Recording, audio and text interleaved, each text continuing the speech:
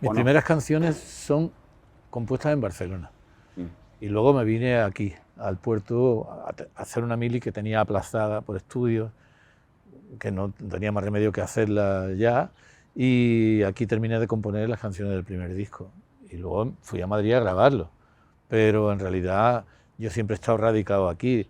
Lo que sí me dio el ir con frecuencia a Madrid es encontrar otro montón de artistas que andaban buscándose también, tener la oportunidad de conocer a, pues por ejemplo, Enrique Morente, ¿no? y músicos así que también andaban maquinando hacer algo que los personalizara, que no fuera a seguir la estela de otros cantadores, cantantes, músicos, ¿no?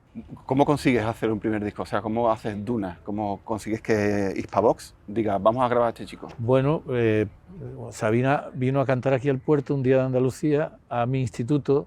Yo ya estaba haciendo la mili y ya había vuelto de Barcelona y coincidimos allí. Mi profesora de literatura me propuso, ¿por qué no cantas? Porque se enteró que yo cantaba. Nos juntamos ahí, fue una sorpresa mutua y me dijo, mándame música. Y grabé una cinta en casa de José María Maldonado, cantautor de Sevilla, y se la mandé y él se la pasó a José Luis de Carlos, el productor por aquel entonces de gente muy variopinta, pero que tenía mucho que ver con el flamenco, por ejemplo de Diego Carrasco, había hecho Las Grecas, Manzanita. Entonces lo mío caía más o menos en su territorio y me grabó ese primer disco para Hispavox. O sea, fue Sabina el que se...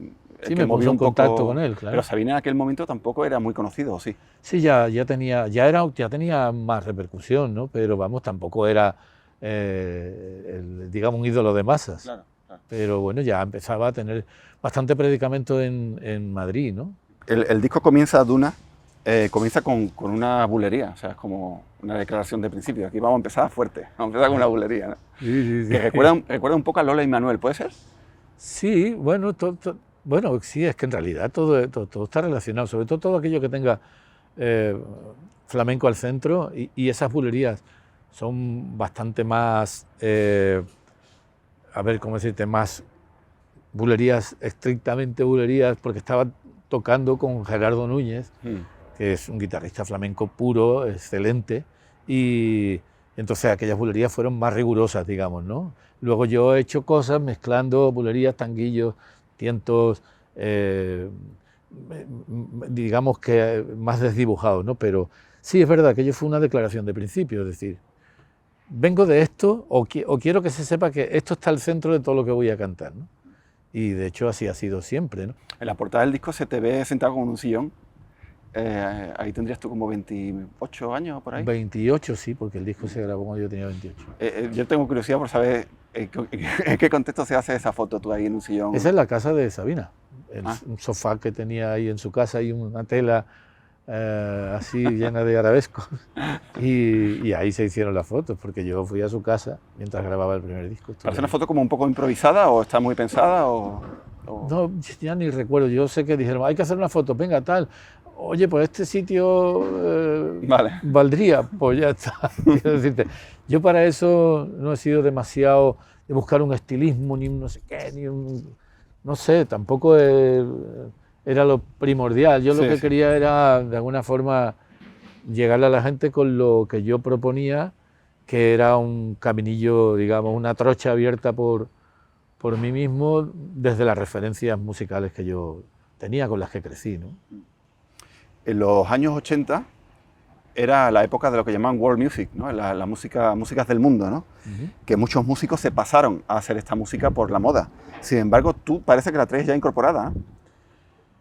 No sé, hay dos cosas fundamentales que pasan. En uno de los discos de los Beatles, donde está el Within You, Without You, que es un tema de George Harrison, con el sitar y toda esta historia tan así. A mí aquello me marcó mucho, ¿no? Pero eso me hizo recordar lo que sonaba en las radios, en las bandas de la onda media de mi infancia, que sonaba la música marroquí también, ¿no? Entonces eran dos referencias muy étnicas y al mismo tiempo yo ya estaba tocado por la presencia, digamos, omnisciente de Paco de Lucía, ¿no? Y de Camarón también, pero sobre todo de Paco de Lucía. Entonces, claro, fue digamos, colapsé. Yo tenía que tocar algo que tuviera que ver con esas músicas que a mí me habían impactado tanto y que formaban parte de las sonoridades tradicionales, ¿no? Entonces, bueno, hice una world music, si se quiere, o llámale X, un poco antes de que eso se produjera, pero es que los cabrones de los Beatles lo dejaron todo hecho. La world music arranca ahí en eso. Y el rock sinfónico arranca también en los Beatles.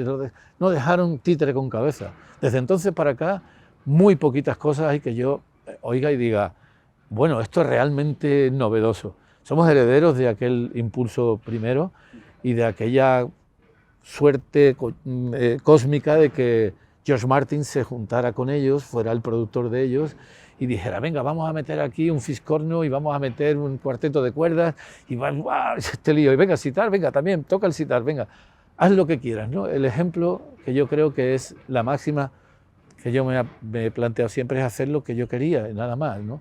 ¿Qué repercusión tuvo Duna?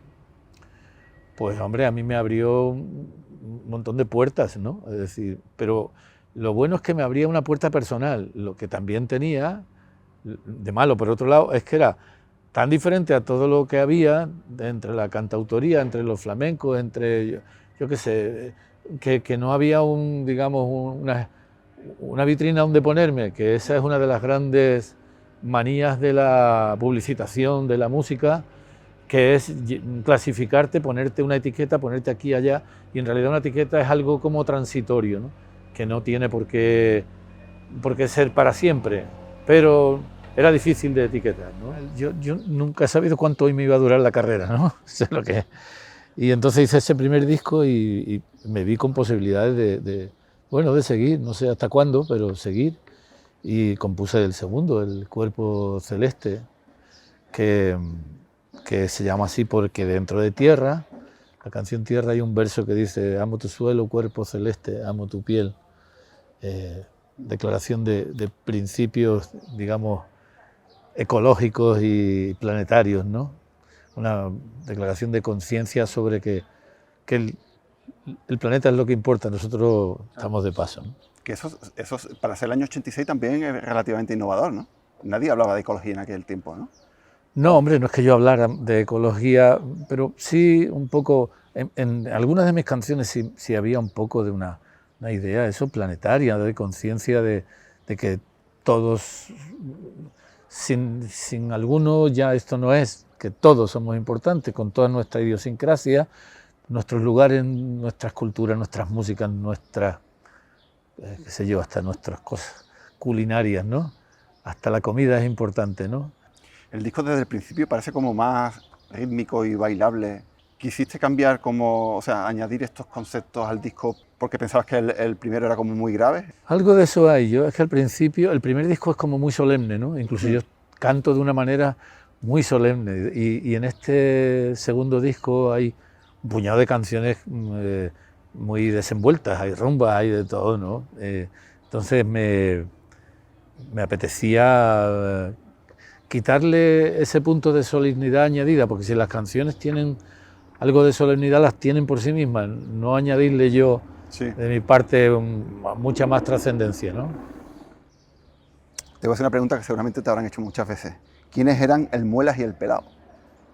Pues un día, paseando por Madrid, había dos rumberitos que estaban cantando allí en la calle Preciados, ¿no?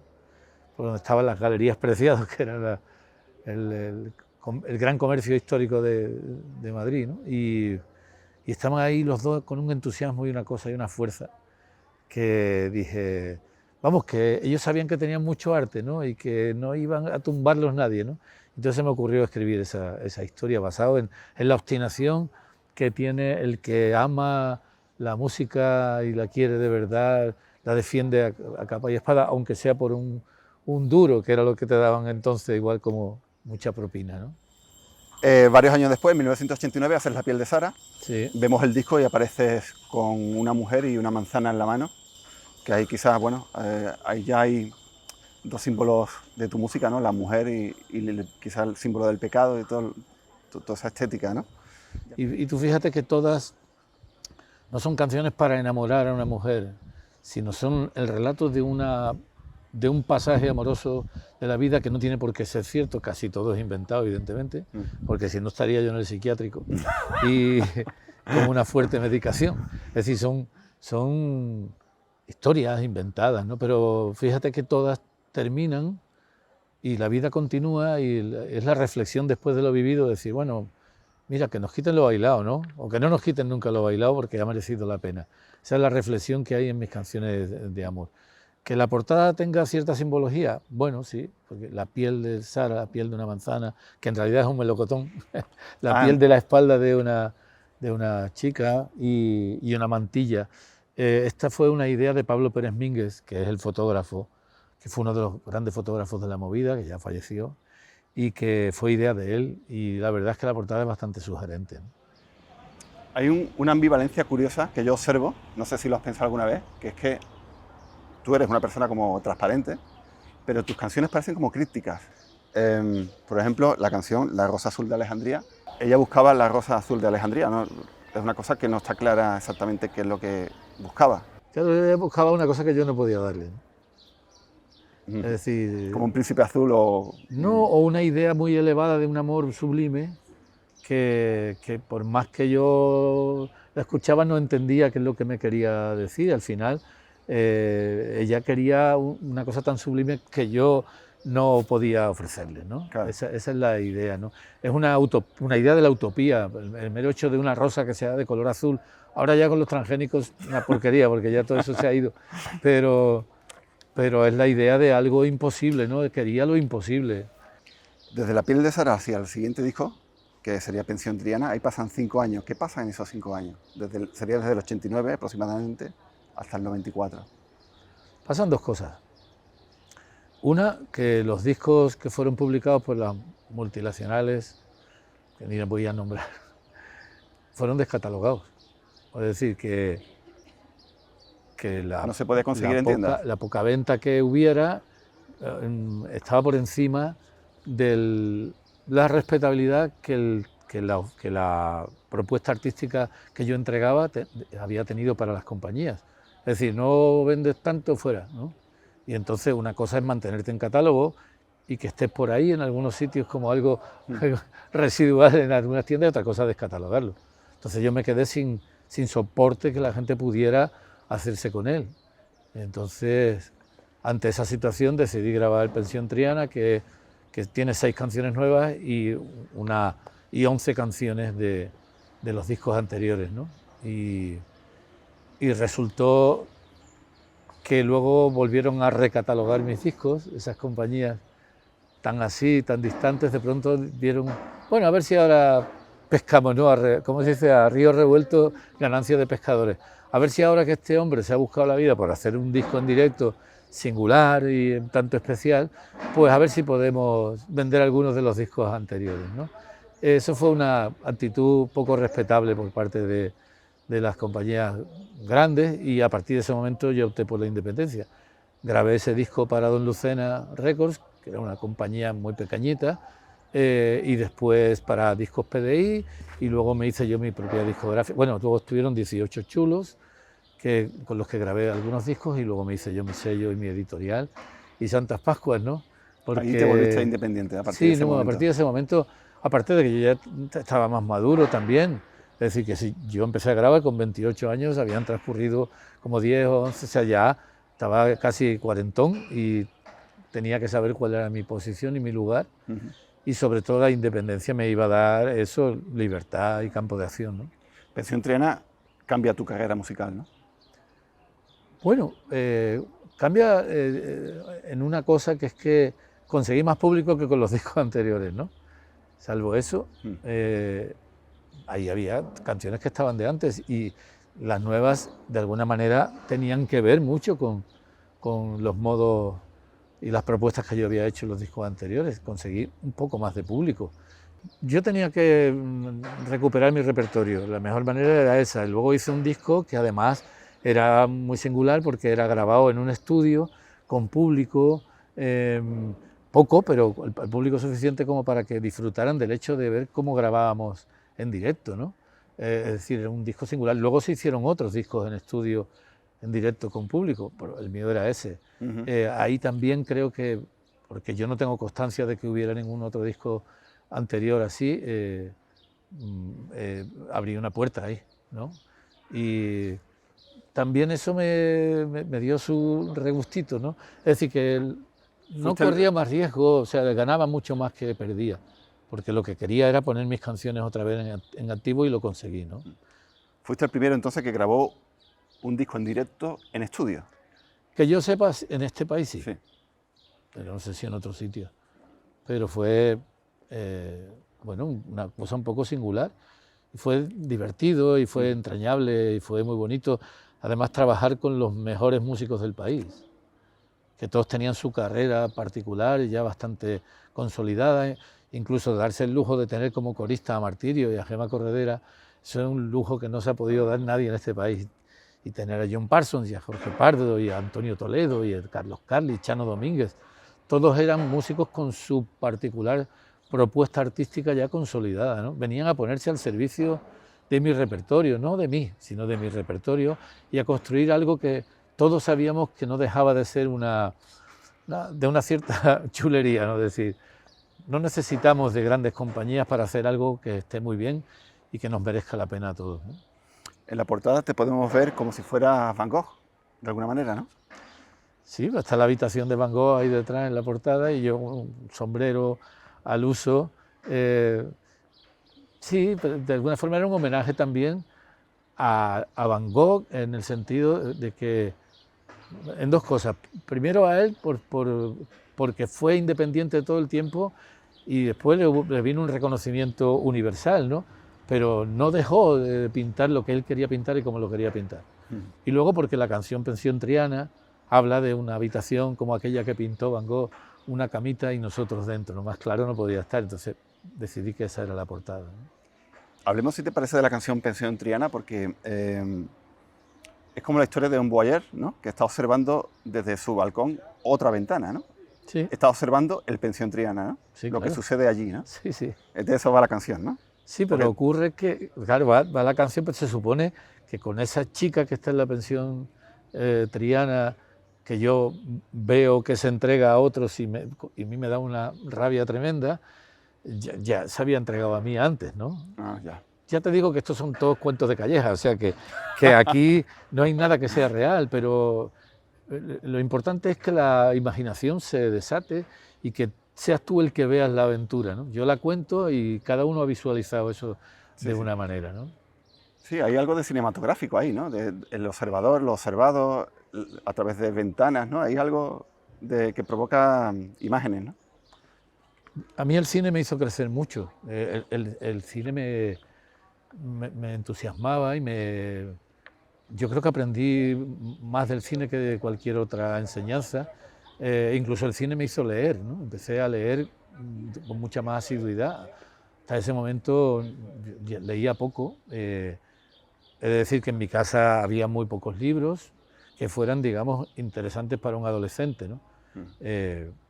Y hubo un tocadiscos que se rompió y nunca se repuso por otro porque en mi casa las cosas económicamente no estaban muy bollantes. No éramos pedigüeños ni nada de esto, no estábamos a la puerta de la calle, pero había una apertura en lo económico que hacía, por ejemplo, que yo que no reivindiqué que en esa casa hubiera un tocadiscos, ¿no? Porque siendo el que más vocación musical tenía, era consciente de que eso no podía ser, como tampoco podía ser que me comprara mi padre una guitarra eléctrica, porque lo que costaba una guitarra eléctrica entonces era el sueldo de mi padre de un mes, ¿no? Claro. Entonces ese tipo de situaciones van marcándote una actitud también en la vida, ¿no?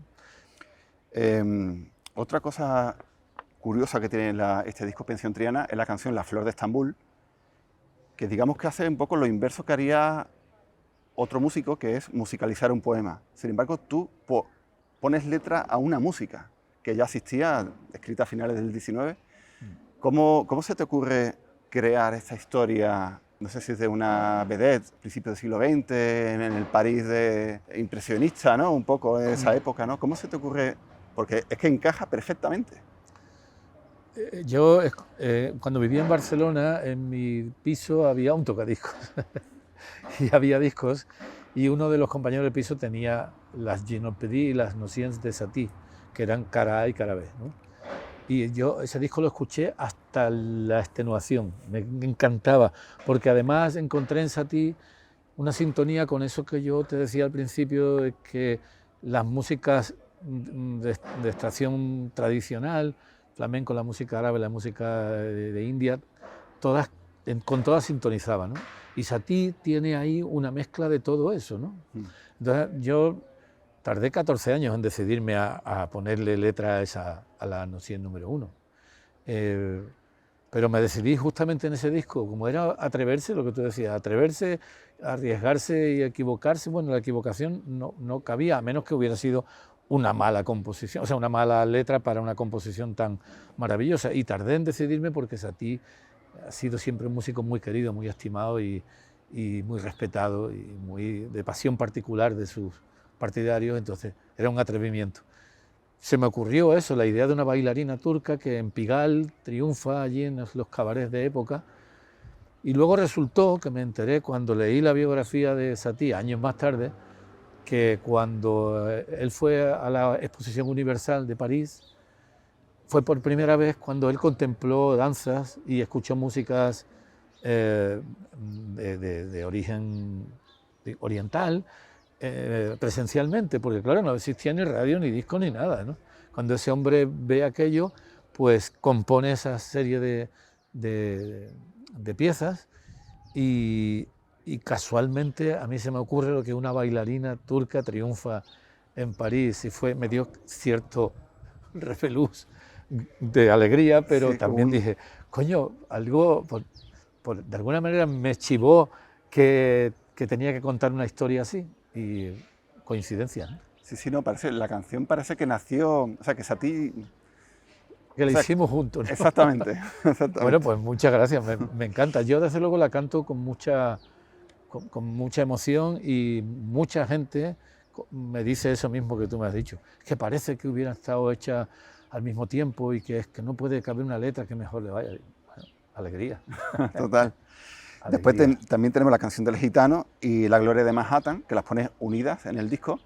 Sí. Y no tienes miedo, vamos, no sé si la unes por temática, porque... Sí, porque es la segunda parte de la misma historia. Claro, vas de lo mismo, ¿no? De unos gitanos en la gran ciudad, y una vez más la gran ciudad como algo hostil, como algo laberíntico, algo donde es difícil sobrevivir, ¿no?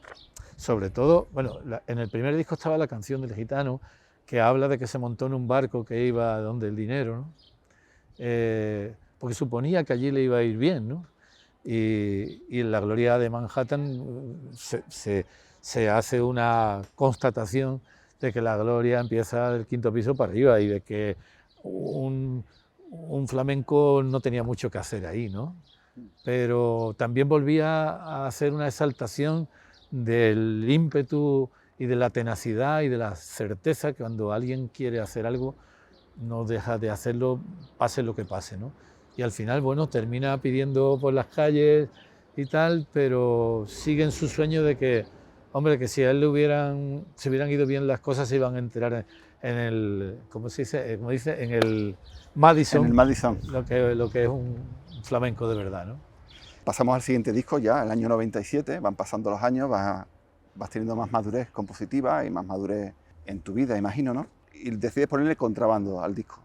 No sé de dónde vino la idea, si hablando con alguien surgió, pero cuando uno junta músicas de un lado y de otro, está saltándose fronteras y de alguna forma está haciendo contrabando, ¿no? Y yo era un poco contrabandista, he sido siempre un poco contrabandista de armonías y de melodías, ¿no? En 2001 sacas el disco Las damas primero, sigue apareciendo, bueno, las grandes temáticas de tus canciones, la mujer desde un punto de vista descriptivo, muy físico, ¿no? Se te ve de aspecto caribeño, hablando del Caribe, salías con una especie de sombrero. Sí. En el disco, Las damas primero, tiene la canción Toi toca y lo traigo andado, que es una canción que tiene, volvemos un poco al cine, ¿no? Propones unas imágenes que tiene mucha luz, porque está la playa, está... Yo no sé muy bien de dónde vienen las canciones. Siempre tengo la impresión de que han bajado de algún lado que estaban hechas, ¿no? Y me parece un milagro que se te ocurra a ti hacer una canción, ¿no? O sea, luego ahí adentro están mis mismas inquietudes, el hecho del el amor galante, ¿no? Un poco exagerado decir que ya no hay brisa sin tu melena, ¿no? O sea, solo entiendo que la brisa existe cuando veo que tu melena se mueve al viento. Son cosas desmedidas, ¿no? Pero bueno, ese es digamos, el lirismo que yo me permito en mis canciones y que igual es un poco exagerado muchas veces, pero prefiero pasarme que quedarme corto, ¿no? Entonces no sé muy bien de dónde vino esa canción, ya no lo recuerdo, ¿no?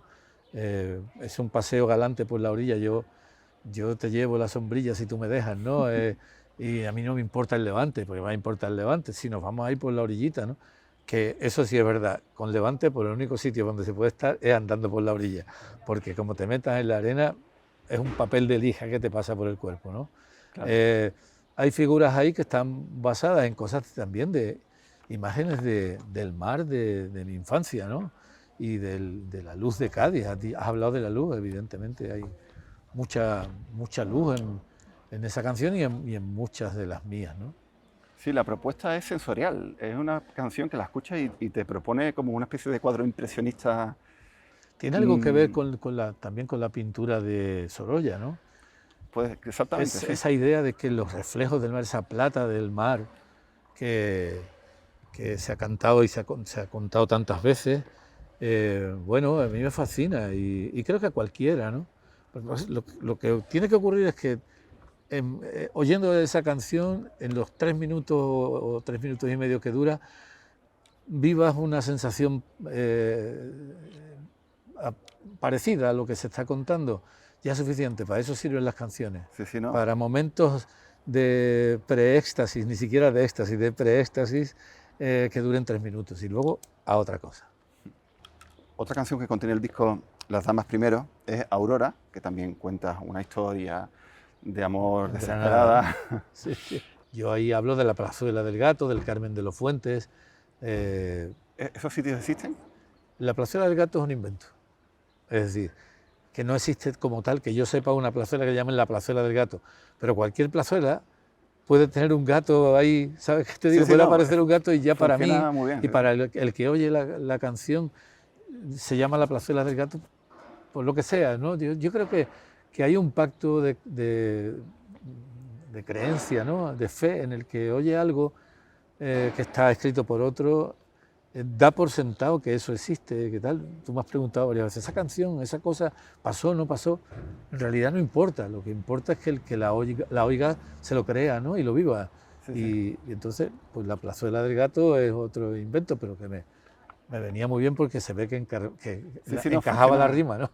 Hay otra canción que se llama Guárdame. Después de, por ejemplo, antes hablabas de Tabaco Tinto de Verano, que en esta canción, mientras hay una manifestación por los astilleros que están dando leña, tú te estás dando el lote al lado, ¿no? Esta imagen, que volvemos al cine, esta imagen potente, sí, ¿no? Donde hay escenas de violencia, tú sin embargo estás haciendo el amor cerquita, ¿no? Esta manera de vivir el amor de manera apasionada, aquí en Guárdame, sin embargo, vemos que se bajan un poco, se calman los ánimos y tratas el amor de una manera un poquito más serena, ¿no? Más tranquila, ¿no? Que son situaciones diferentes. Yo hablaba en Tabaco y Tinto de Verano, hablaba de mi piso de estudiantes y que había huelgas en Cádiz y que yo tenía mi esparcimiento amoroso con mi novia de entonces y de alguna manera no estaba reñido, ¿no? El hecho de que aunque esté pasando algo muy crispante, sigue perviviendo el amor, que es lo único que nos puede salvar, el amor entre dos personas o el amor genérico entre la humanidad entera, ¿no? O la familia, ¿no? Es decir, que prevalezca la idea de que el amor salva, es sanador, ¿no? Y también se decía en esa canción algo que creo que es importante, decía, era revolucionario amor y porro sin horario y era revolucionario no envejecer, ¿no? Es la idea de que en realidad el pulso está en uno y todo lo que ocurra importa, y claro que te importa la huelga de astilleros, pero en ese momento justamente es tu oportunidad de ya de preadulto de tener sexo con tu novia, ¿no? Entonces, bueno, simultanear las dos cosas. La idea de la película, ya te digo que el cine me hizo crecer mucho y creo que en mis canciones hay mucho de eso, ¿no? De plantear situaciones que se pueden visualizar con la imaginación, ¿no? Y además hay un relato de horarios, ¿no? La luz del alba, el mediodía, ¿no? La hora cálida del vino, la penumbra de la siesta. Son todo un montón de situaciones a lo largo de un día en las que se puede haber estado haciendo el amor todo el rato, el que pueda y tenga y que tenga vigor, ¿no? Pero luego al final termina: guárdame las cartas de mi suerte, el desorden de los días, tu lance de amor a muerte y la lágrima que me diría: si no me mata tu amor, me matará no tenerte.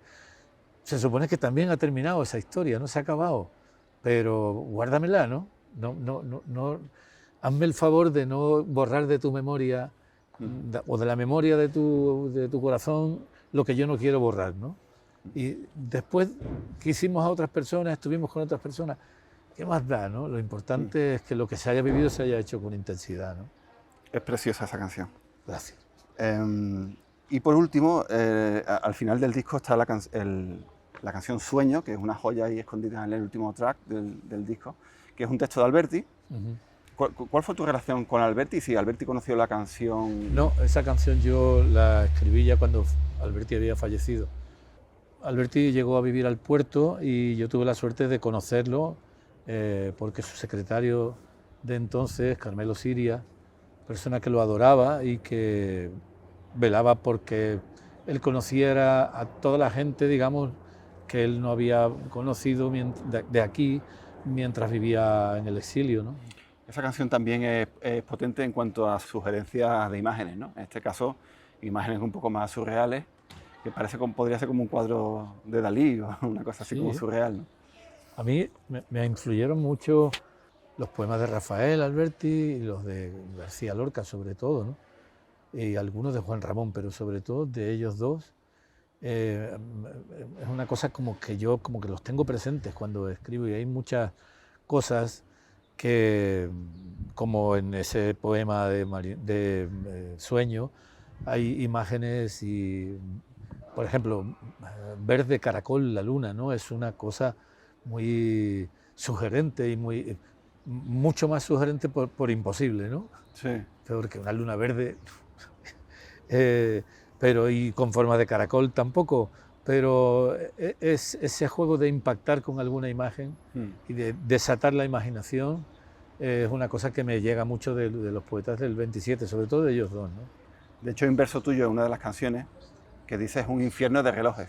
Sí. Que eso es súper lorquiano. Claro, porque en la selva de los relojes hay uno de los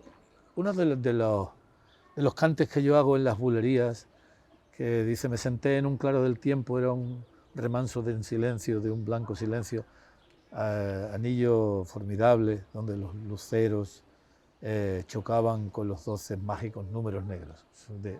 Es de la selva de los relojes, de Federico García Lorca. Y esa imagen y el infierno de relojes, por supuesto, tiene que ver con las influencias de Lorca, ¿no? Años después, en 2003, saca Sahara, que es una recopilación de los dos discos anteriores. Ahí usa la misma fórmula un poco, ¿no? Sí. De hacer una parada y recopilar un poco canciones y hacer una reedición de estos discos, ¿no? Eso fue para...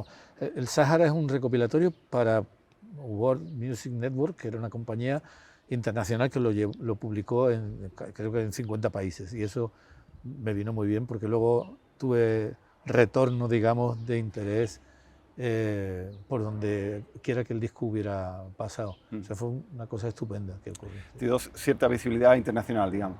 Sí. Sí.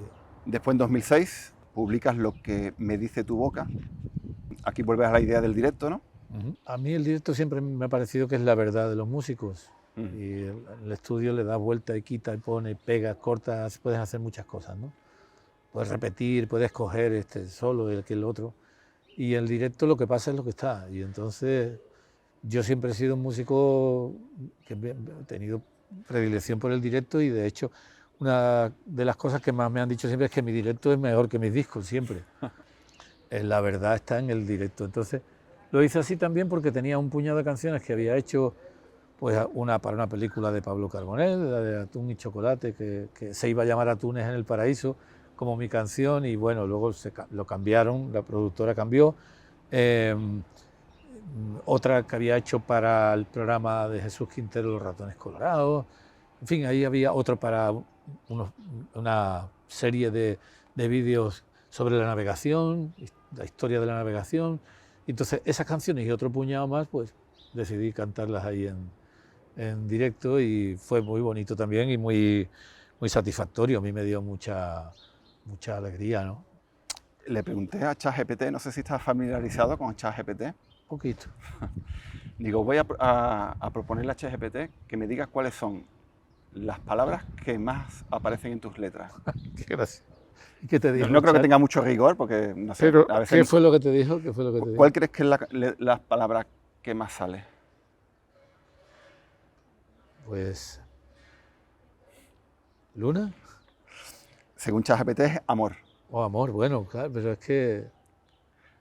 Sí, bueno, que claro, yo creía que era una palabra más concreta. Amor Claro. es algo muy genérico que está en muchas canciones. Sí. Claro. Sí. Bueno, palabras que aparecen en Sí, los sí, textos, sí, ¿no? bueno. Y la segunda a mí me sorprendió. Insisto que esto seguramente no es muy riguroso. Pero bueno, como juego nos vale, ¿no? Sí, La segunda es piel. piel. Pues sí, la habré dicho muchas veces, me imagino. Sí. Pero es lo sensitivo que tiene muchas de tus canciones, ¿no? Tiene el tacto, ¿no? Sí, yo creo que en la caricia hay un deleite y no sé cómo decirte, algo tan sublime como el orgasmo, ¿no? Que lo es, pero el orgasmo es un arrebato fuera de todo control y en cambio la caricia la propicia tu intención, tu voluntad y la haces cuando tú quieres y no viene como el orgasmo que viene cuando le da la gana, si viene. Entonces, sí, la cuestión de la piel es muy, muy importante. La caricia dice muchas cosas, no solo expresa amor, también expresa una calidez y también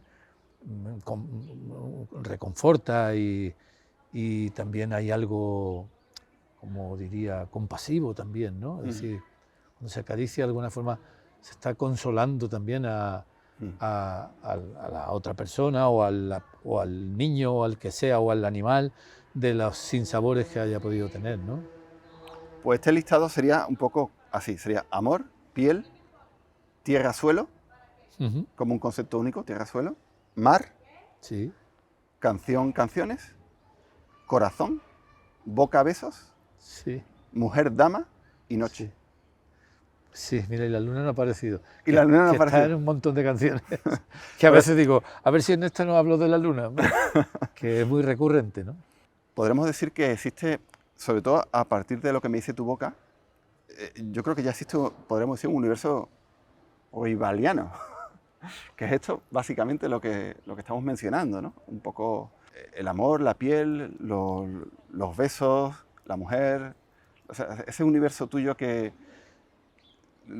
a ti sé que te rechina un poco que se hable de un universo oivaliano, pero creo que hay algo de eso, ¿no? Que hay como un universo que remite a estas sensaciones, ¿no? Se puede sublimar diciendo que es un universo, pero también se puede reducir humorísticamente diciendo que ya te han calado, ya sabes cuáles son tus límites, dónde están tus fronteras, cómo es el territorio donde te mueves, ¿no? También hay algo de eso, ¿no? Lo importante es que si hay algo de previsible de hacia dónde va a ir lo que quiera que yo les cuente, a la gente que nunca vean exactamente el mismo fotograma o la misma secuencia, volviendo al cine, la misma secuencia que han visto en otras canciones. Lo importante es que eso se renueve, ¿no? En 2010 se reedita Pensión Triana con un disco-libro, ¿no? Sí. Pues fue una idea de la compañía de los 18 chulos de ¿por qué no reeditas Pensión Triana? Así una edición bonita porque era un disco que ya no estaba catalogado por cuestión de muchos años, no porque le ocurriera lo que le ocurrió a los otros anteriores, ¿no? Y entonces, bueno, pues la idea fue hablar con Santos de Veracruz y que él dibujara una especie de de diario que yo hubiera escrito en la pensión, donde estaban manuscritas mis canciones, estaban los acordes para poderlos tocar, encifrados, y también había una especie de menús de la pensión, que eran unas recetas de cocina de mi madre, de mi abuela, de algún amigo, y bueno, era un detalle bonito para reeditarlo, ¿no? Una excusa, ¿no? Un año después, en 2011, grabas con la Orquesta de Córdoba, Sueño, que también es como una recopilación de canciones anteriores, ¿no? Sí, todo menos dos. Una que es la noción número 3 de Satie, que se llama la más soñada, vuelvo a ponerle letra a una pieza de Satie, y otra es el himno del centenario del Cádiz, ¿no? Que no estaba en ninguna parte, y a petición del arreglista de Javier López de Guereña me dijo, ¿por qué no ponemos lo del himno del Cádiz? Digo, ¿tú crees que esto tiene que ver? Y dice, sí, hombre, y además con la orquesta va a quedar muy rumboso y muy bien, y ahí quedó. Ya en 2013 haces Quédate conmigo, ya ahí vienes con canciones nuevas de nuevo, apareces en la portada como sonriendo, predomina el blanco, con dibujos que inspiran el mar y la playa. Quédate conmigo, y es esto que te muestro, a ver si hace que te quedes conmigo, ¿no? O sea, no me refiero a una persona, me refiero en general al público, ¿no? Sí.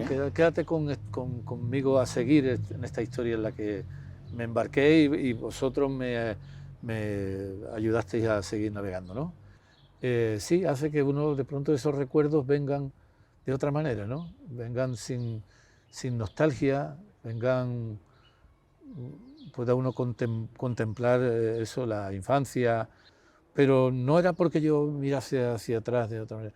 Sí es verdad que igual hay una serenidad, en eso te doy la razón. Y luego hay sonoridades, o sea, ya en la composición hay músicas y melodías y cosas que son novedosas, que no están en otros discos míos anteriores.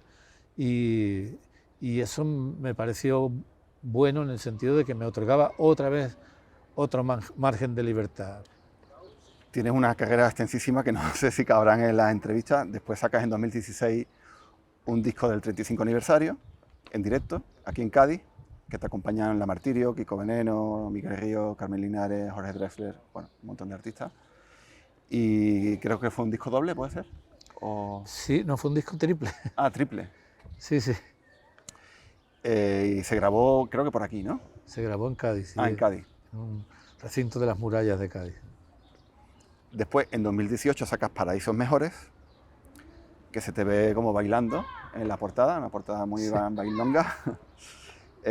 ¿A qué hace referencia Paraísos Mejores?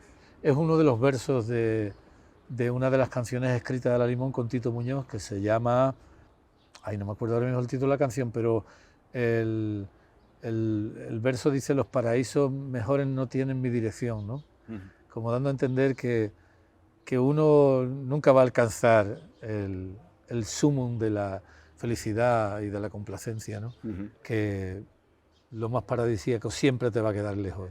Cuando llegas al horizonte, siempre hay otro horizonte que está mucho más lejos, ¿no? Claro. O sea que siempre vas a llegar a un lugar que no va a colmar tus deseos, pero te va a dar la satisfacción del camino recorrido para llegar a ese horizonte, ¿no? Aquí en este disco colaboras con Juan Luis Guerra, ¿no? Y con Chico César. Sí.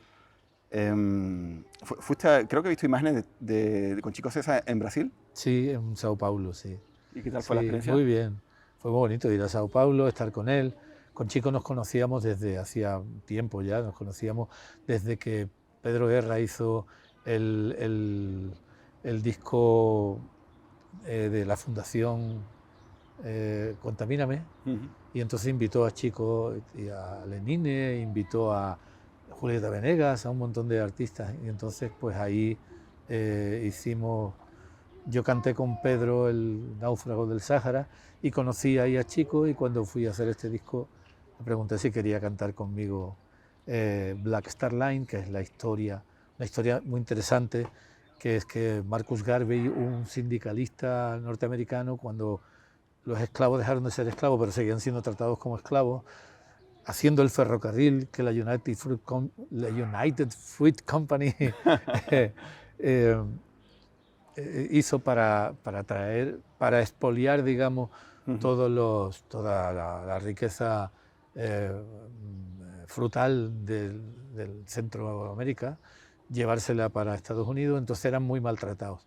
Y entonces hizo una especie de cooperativa para repatriar a los africanos, los ex esclavos, a África. Y la naviera se llamaba la Black Star Line, que luego no resultó pues, porque a los blancos de poder no les parecía lo más oportuno. En la última pista cantas en árabe. En Perla de la Medina canto en árabe.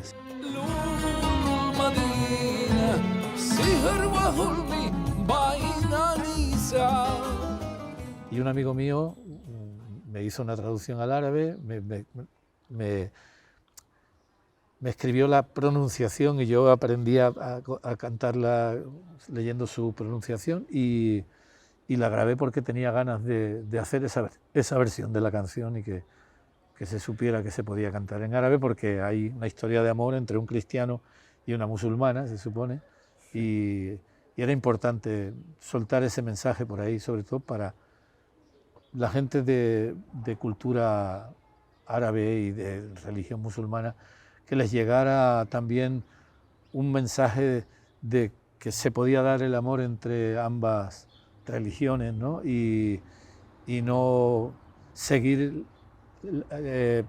propagando que todos que el islamismo es terrorismo, ¿no? Que es una de las barbaridades más grandes que se han divulgado. Y es evidente que ha habido grupos terroristas muy sangrientos y muy terribles, pero es importante también dar a entender de que esos son una minoría, que la mayoría lleva su vida, su religión, sus cosas y ya está, y no hay más problema que hacerse, ¿no?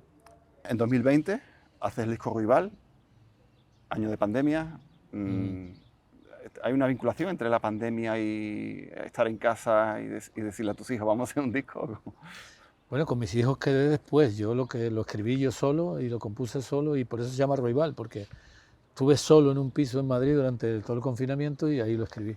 Y luego salí, fui al estudio y empecé a grabarlo, y ya pues Javi añadió las percusiones y la electrónica que hay, que no es mucha. Enrique Rivera me regaló un guitarreo flamenco flamenquísimo, y las palmas y los coros son de él, y David Palomar y de Javi Catumba, y todo lo demás está hecho así muy sucinto, ¿no?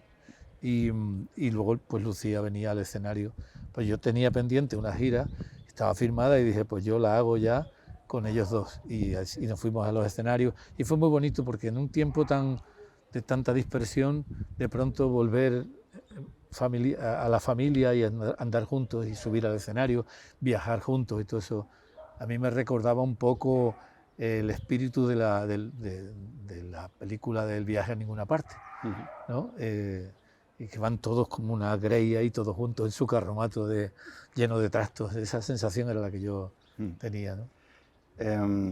Aquí hay unas temáticas que tienen que ver con la física cuántica, la astronomía, el amor en las redes. Eso es una temática que incorporas, ¿no? Un poco a sí, eso es fruto, ¿no? de ese tiempo, ¿no?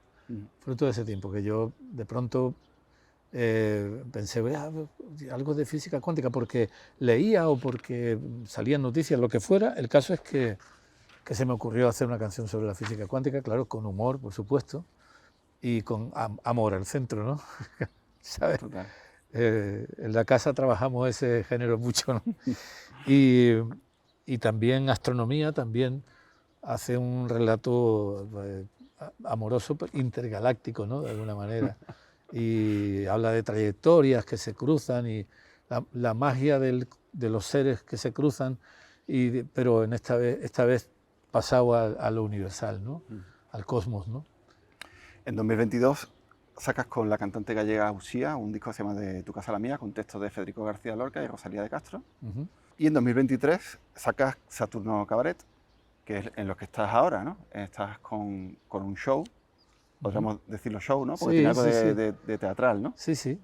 Es un concierto, porque lo que se hace es tocar un concierto, pero con un buen elenco de músicos y 2 bailarines, que son Lucía y David Nieto, y los arreglos vuelven a ser de Javier López de Guereña, igual que los arreglos de Lo que me dice tu boca y del Sueño, con la orquesta. Y ahora me va a arreglar el próximo, que ya estoy escribiendo. Y nada, es una, no sé, una reivindicación sobre la dignidad con la que la gente que vivió la dictadura se defendía de aquella cosa tan áspera y tan hostil y tan brutal, y desembocaban en el cabaret tanto los represaliados como los represores, desembocaban ahí porque era el único espacio donde se podía vislumbrar unos átomos de libertad, ¿no? Claro. Y lo que estoy escribiendo nuevo tiene que ver con algo también monográfico, es toda una historia. Se reduce todo a una misma historia, son una serie de pequeños retazos que terminan contando la historia de un paño muy fino bordado en China que desaparece y va pasando de mano en mano hasta que al final llega a las mías, ¿no? Se va a llamar El lienzo de seda, un cuento chino, porque en realidad es un cuento todo lo que estoy contando, ¿no?